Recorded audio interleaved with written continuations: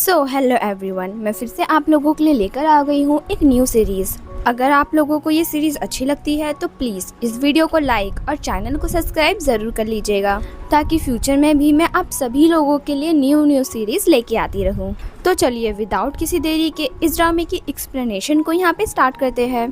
ड्रामे की स्टार्टिंग होती है हमारी फीमेल लीड श्याओ से, जो कि एक होटल में एज अ क्लीनिंग वर्कर का काम किया करती थी। अभी के टाइम पे वो स्विमिंग पूल के आसपास के पानी को साफ कर रही होती है। साथ ही उस इंसान को भी यहाँ पे कोस रही होती है जिसने इस स्विमिंग पूल को अकेले ही यूज किया था।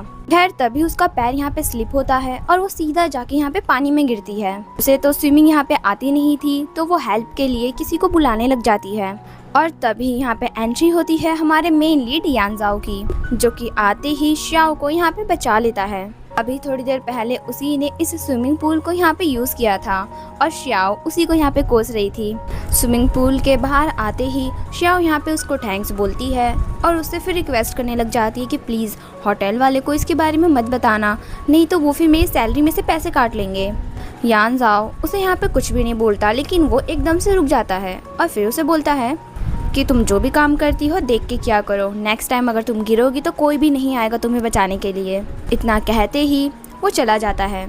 स्टोरी में आगे बढ़ने से पहले मैं आपको यानजाओ के बारे में कुछ बता देती हूँ। यानजाओ जो है वो चाइना की सबसे बड़ी कंपनी लू ग्रुप का मालिक है। वो बहुत ही ज़्यादा अमीर है। उसकी सिर्फ कंपनी ही नहीं, बहुत से होटल्स भी है और बहुत से अदर बिजनेस भी है। साथ ही वो अपने घर का एक लौता बेटा है। उसकी यहाँ पे शादी की एज होके भी चली गई है, बट अभी तक उसने यहाँ पे शादी नहीं करी है। मॉम हमेशा उसे शादी के लिए बोलती रहती है, लेकिन वो अपनी ही मॉम की बातों को इग्नोर करता है क्योंकि उसे अभी शादी नहीं करनी है।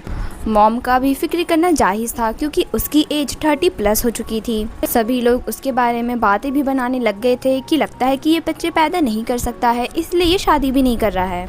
ग्रैंड माँ ये सारी बातों से यहाँ पे परेशान थी। वो चाहती थी कि उनकी बेटी की यहाँ पे शादी हो, जिसके बाद वो अपने पोता पोती के साथ खेल सके, लेकिन लगता तो नहीं है कि उन्हें ये सुख इस जन्म में तो मिलने वाला था। खैर बैक टू स्टोरी, हम श्याओ को देखते हैं जो कि पूरे 2 महीने के बाद यहाँ पे हॉस्पिटल आई थी क्योंकि उसे यहाँ पे वीकनेस हो रही थी, उसे फीवर भी आ चुका था। डॉक्टर यहाँ पे उसका चेकअप करती है और फिर उसे बताती है कि कॉन्ग्रेचुलेशन, तुम माँ बनने वाली हो। इसका मतलब है कि वो यहाँ पे प्रेग्नेंट थी। वो बहुत ज़्यादा हैरान होती है कि ऐसे कैसे हो सकता है। डॉक्टर उसे कहती है कि देखो ये सच है, डाटा तो झूठ नहीं बोल सकता है। वो यहाँ पे उसकी रिपोर्ट भी दिखाती है। श्याओ ये देखती है तो डॉक्टर को बताती है कि डॉक्टर, बट मैं तो 21 साल से सिंगल हूँ, मैं कभी भी किसी भी रिलेशनशिप में नहीं आई हूँ, तो आखिर मैं प्रेग्नेंट कैसे हो सकती हूँ। डॉक्टर यहाँ पे उसे कहती है कि देखो तुम 2 महीने से प्रेग्नेंट हो। क्या 2 महीने पहले तुमने स्विमिंग किया था या फिर तुम किसी हॉट स्प्रिंग में गई थी। श्याओ जब ये सुनती है तो वो अपने 2 महीने पहले के स्विमिंग पूल वाले इंसिडेंट को याद करती है, जहाँ पे वो स्विमिंग पूल में गिर गई थी, जिसमें कि थोड़ी देर पहले यान जियाओ नहा रहा था, स्विमिंग कर रहा था। वो डॉक्टर से यहाँ पे पूछती है कि डॉक्टर इससे स्विमिंग पूल का क्या लेना देना है। तो डॉक्टर उसे बताती है कि देखो ऐसे बहुत से केसेस में होता है कि कभी कभार हॉट स्प्रिंग में या फिर स्विमिंग करते हुए कुछ लड़कियां प्रेग्नेंट हो जाती है।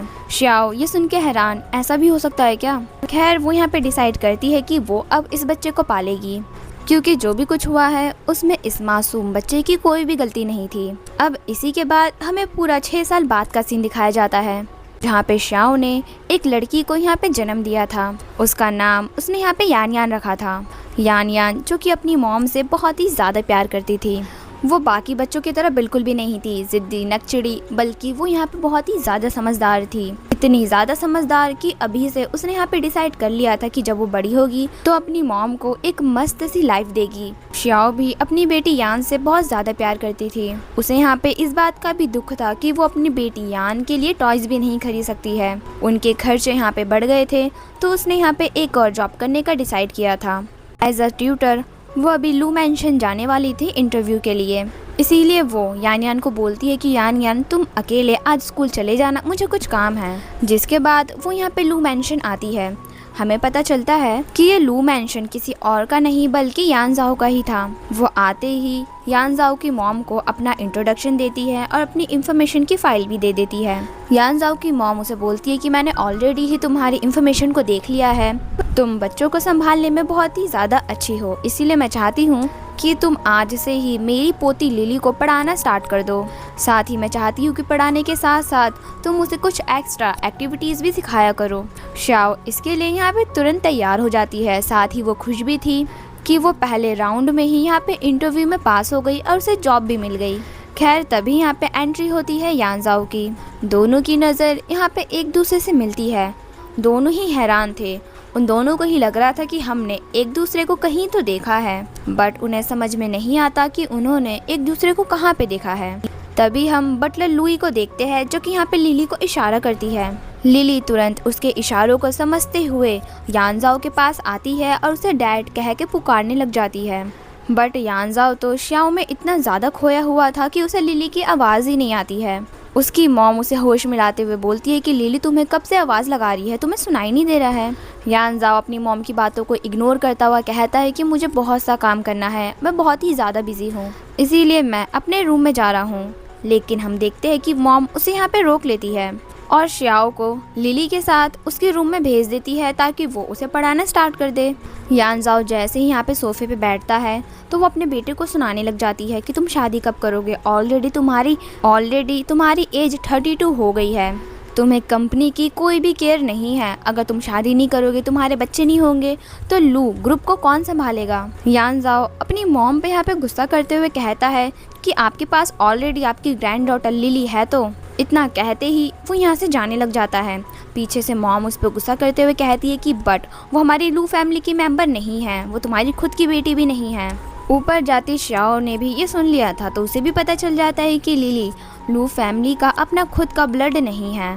बट ग्रैंड माँ लिली से यहाँ पे बहुत ज़्यादा प्यार करती थी और कभी भी उसे इस बात का रियलाइजेशन नहीं होने दिया है कि वो उनकी पोती नहीं है।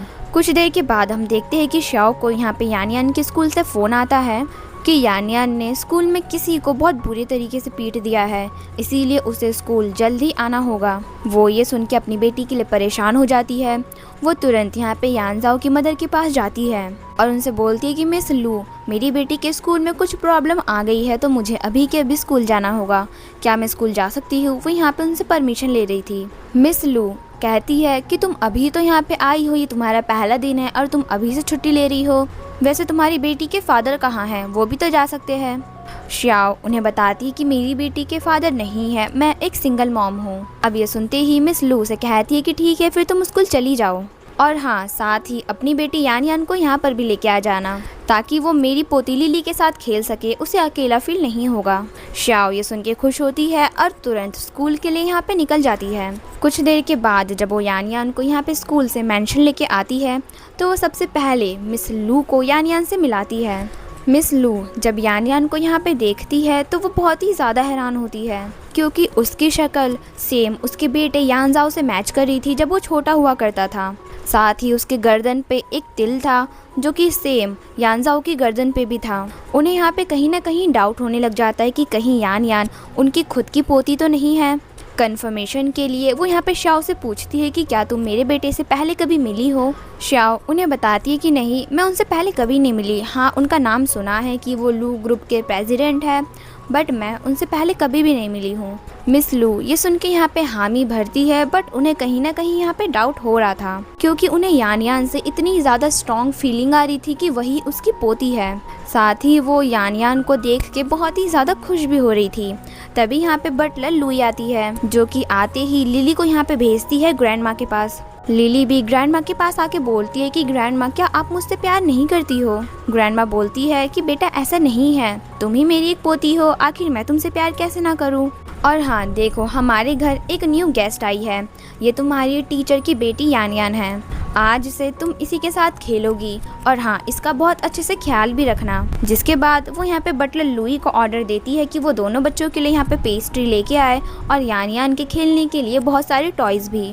श्याओ को यहाँ पे काम था, उसे लिली की स्टडी की तैयारी करानी थी, इसीलिए वो यहाँ पे उसके रूम में चली जाती है। हॉल में मिस लू दोनों ही बच्चों के साथ यहाँ पे खेल रही थी, बट उनका ज़्यादा फोकस यहाँ पे यानियान पे था।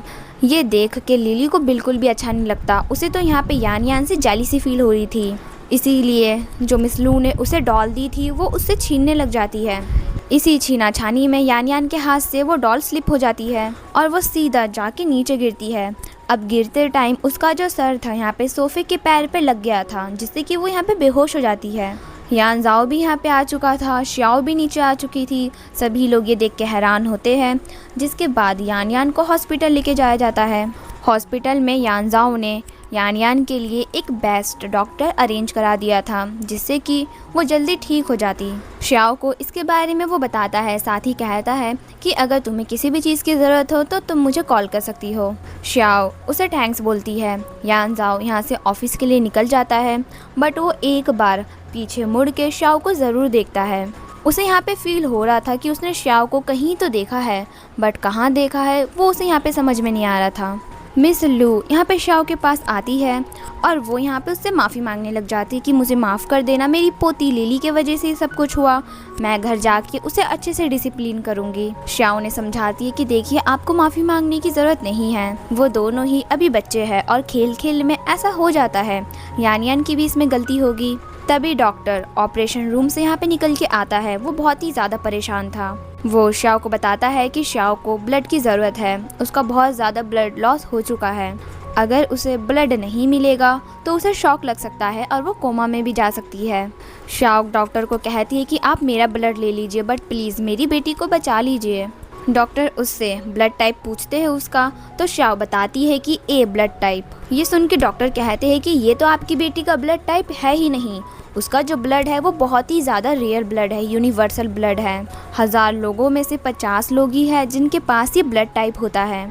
अब मिस लू जब ये ब्लड टाइप सुनती है तो वो यहाँ पे हैरान हो जाती है, क्योंकि ये यूनिवर्सल ब्लड उनके बेटे का भी था। वो तुरंत यहाँ पे डॉक्टर को बोलती है कि डॉक्टर आप ऑपरेशन की तैयारी करें, ब्लड के लिए मैं अपने बेटे को बुला लेती हूँ, क्योंकि उसका भी सेम यही ब्लड है। जिसके बाद वो यहाँ पे तुरंत यान जाओ को कॉल करके हॉस्पिटल आने को बोलती है। श्याओ यहाँ पे मिस लू को बहुत ही ज़्यादा थैंक्स बोलती है, यहाँ तक कि वो उनके पैरों पर भी गिरने वाली थी, लेकिन मिस लू उसे यहाँ पे उठा लेती है। वो कहती है कि देखो तुम्हें थैंक्स बोलने की ज़रूरत नहीं है, यान यान का एक्सीडेंट हमारे घर पे हुआ था, तो इसकी पूरी रिस्पॉन्सिबिलिटी लेने की जिम्मेदारी हमारी है। और वैसे मैं तुमसे पूछना चाहती हूँ कि यान यान के फादर कौन हैं। श्याओ उन्हें सैड होके बताती है कि इसके बारे में तो मुझे भी नहीं पता कि यान यान के असली फादर कौन हैं। मिस लू जब ये सुनती है तो वो मन मन में सोचती है कि कहीं ऐसा तो नहीं कि यान यान उनकी ही बेटे की बेटी हो। अब तो उन्हें यहाँ पे पक्का वाला डाउट हो चुका था, इसीलिए वो अपने सेक्रेटरी को बुलाती है और यान यान का ब्लड ग्रुप अपने बेटे के ब्लड ग्रुप से मैच करने को बोलती है। ये भी कहती है कि देखो कोई भी मिस्टेक नहीं होना चाहिए, ब्लड के साथ साथ तुम चाहे तो उनके बाल भी ले लेना और नाखून भी ले लेना। सेक्रेटरी जो कि यहाँ पे कंफ्यूज था, वो मन मन में कहता है कि मिस लू जिस भी बच्चे को देखती है उसे अपनी ग्रैंड डॉटर या ग्रैंडसन बना लेती है, बट क्या करूँ, अब उनके पागलपन में मुझे ये करना ही पड़ेगा। तभी यहाँ पे यान जाओ आता है, जो कि अपनी मॉम के ऊपर गुस्सा करते हुए कहता है कि मॉम ऐसा कौन सा ज़रूरी काम आ गया था जिसके वजह से आपने मुझे इतने जल्दी यहाँ पे आने को बोला। आपको पता है मैं अपनी कितनी बड़ी मीटिंग छोड़ के आया हूँ। उसकी मॉम उल्टा उस पर ही यहाँ पे गुस्सा करते हुए कहती है कि मीटिंग से मुझे फ़र्क नहीं पड़ता है, मेरी पोती से ज़्यादा कुछ भी इम्पॉर्टेंट नहीं है। यान यान को ब्लड की ज़रूरत है और तुम्हारा ब्लड उससे मैच हो रहा है, तो जाके तुम अभी उसे ब्लड दोगे। साथ ही वो यहाँ पे उसका कान भी पकड़ लेती है और पूछती है कि मुझे सच सच बताना कि तुम पहले श्याओ से मिले हो या फिर नहीं। यान जाओ अपनी मॉम को चिढ़ते हुए कहता है कि मॉम मैं आपको कितने बार बताऊं, मैं उससे पहले कभी भी नहीं मिला, हम एक दूसरे को नहीं जानते हैं, आखिर आप मेरी बात पे बिलीव क्यों नहीं करती हो। मिस लू उसे यहाँ पे कुछ नहीं बोलती। यान जाओ चला जाता है अपना ब्लड डोनेट करने के लिए। मन मन में मिस लू यहाँ पे बहुत ही ज़्यादा खुश हो रही थी। वो चाहती थी कि यान यान उनकी ग्रैंड डॉटर निकले, क्योंकि अगर ऐसा हुआ तो उनकी फैमिली को यहाँ पे वारिस मिल जाएगा। कुछ टाइम के बाद हम देखते हैं कि यान यान यहाँ पे अब पूरी तरीके से ठीक हो चुकी थी। वो फिर से यहाँ पे लू मैंशन आई हुई थी, बट यहाँ पे बटलर लुई के कहने पे लिली उसे बहुत ही ज़्यादा परेशान करती है। उसे क्रिटिसाइज़ करने लग जाती है, कहती है कि मेरा घर है, मेरे किसी भी सामान को टच मत करो और मेरी ग्रैंड माँ मेरी है, उनसे चेप मत हो, वो तुमसे ज़्यादा मुझे प्यार करती है, अभी के अभी मेरे घर से निकल जाओ, मैं तुम्हारी शक्ल नहीं देखना चाहती हूँ। यान यान जो कि चुपचाप बस ये सुन रही थी, क्योंकि उसे भी पता है कि लिली जो भी कह रही है वो सच है, ये उसका घर है और ग्रैंड माँ भी तो उसी की है। तो वो अपना बैग उठा के सैड होती हुई यहाँ से चली जाती है। लिली दौड़ते हुए बटलर लुई के पास आती है और उसे मॉम कह के बुलाती है। बटलर लुई घबराते हुए उसे यहाँ पे शांत कराती है और कहती है कि मैंने कितने बार बोला है कि घर पे तुम मुझे मॉम मत बुलाया करो। और अब जाके हमें यहाँ पे बटलर लुई का सीक्रेट पता चलता है। असल में लिली जो है वो बटलर लुई की ही बेटी है। बटलर लुई पूरे 10 साल से यहाँ पे लू फैमिली के लिए काम किया करती थी।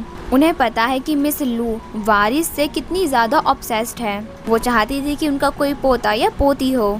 बटलर लुई भी यहाँ पे इस मैंशन में हमेशा हमेशा के लिए रहना चाहती थी, इसीलिए उसने एक प्लान बनाया था। लिली के पैदा होते ही उसने लिली को यहाँ पे एक ऑर्फनेज में डाल दिया था। फिर उन्होंने खुद ने ही यहाँ पे मिस लू को सजेस्ट किया था कि वो ऑर्फनेज से एक चाइल्ड को अडॉप्ट कर ले एज आ अपनी ग्रैंड डॉटर। मिस लू ने भी यहाँ पे ऐसे ही किया। और कॉन्सिडेंस की बात तो देखो कि मिस लू ने जिस बच्चे को यहाँ पे सिलेक्ट किया था वो लिली ही थी। ऑफ कोर्स इस सब में लुई का ही हाथ था। लिली को अडॉप्ट करके वो यहाँ पे अपने घर लेके आ गई, जहाँ पे उन्होंने लिली को बहुत अच्छे से पाला पोसा, अपनी पोती की तरह रखा। लुई का यहाँ पे आधा प्लान तो सक्सेसफुल हो ही गया था। अब इसका आधा प्लान यहाँ पे ये था कि वो यानजाओ से शादी कर ले। लिली को यूज़ करके जल्द ही वो यहाँ पे यानजाओ से शादी भी कर लेती, क्योंकि देखो लिली को मिस लू बहुत ज़्यादा पसंद करती है, अपनी पोती की तरह मानती है। अगर लिली ने मिस लू को बताया कि वो बटलर लुई को पसंद करती है और उसे एज अ मॉम बनाना चाहती है, तो मिस लू भी उसकी यहाँ पे बात मानती और फिर अपने बेटे की शादी बटलर लुई से करा देती। बट अब उसे यहाँ पे अपना प्लान गड़बड़ नज़र आ रहा था, वो भी सिर्फ यान यान की वजह से, क्योंकि अब मिस लू का सारा फोकस यहाँ पे यान यान की तरफ जो शिफ्ट हो चुका था। बट लुई इतने जल्दी यहाँ पे गिव अप नहीं करने वाली थी। इतने आगे तक वो यहाँ पे पहुँच चुकी थी, तो अब वो पीछे मुड़ के क्यों देखे। लिली उससे पूछती है कि क्या ग्रैंड माँ हमसे प्यार नहीं करती है, क्या अब वो हमें घर से बाहर निकाल देंगी। वो लिली को बोलती है कि देखो तुम टेंशन मत लो, जल्द ही लू फैमिली हमारी होगी। वो यहाँ पे एक प्लान बनाती है यान यान को और उसकी माँ श्याओ को अपने मैंशन से बाहर निकालने का। इसी के साथ ये पार्ट भी यहीं पे एंड हो जाता है।